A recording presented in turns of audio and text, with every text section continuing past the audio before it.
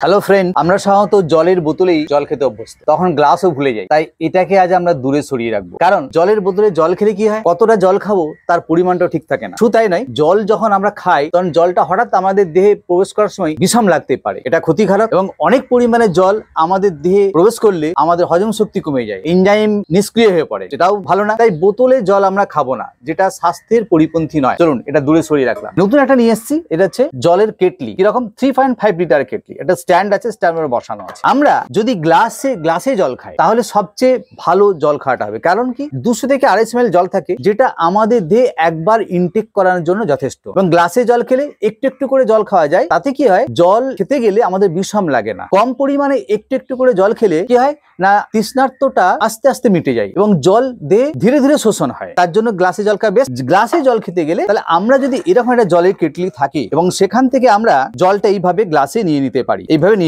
তাহলে কি যে কোনো বয়সের মানুষই এই ফসেট থেকে, এই ট্যাপ থেকে জল নিতে সুবিধা হবে এবং যতটা জল নেওয়ার দরকার ততটাই সে জল নেবে। তাহলে জল ঠিকভাবে খাওয়ার জন্য গ্লাসে জল খাওয়া উচিত এবং গ্লাসে জল নেওয়ার জন্য এটা সুন্দর একটা ছোট্ট কেটলি। আরেকটা কথা, যেটা আমাদের সাধারণত একটা সুস্থ মানুষের পক্ষে 3 থেকে 3.5 লিটার জল লাগে, আর এই কেটলিটা 3.5 লিটারে। তাই এটা ভালো একটা উপকরণ জল খাওয়ার জন্য। এরকমই একটা নতুন উপকরণ নিয়ে আপনাদের কাছে আবার হাজির হবো।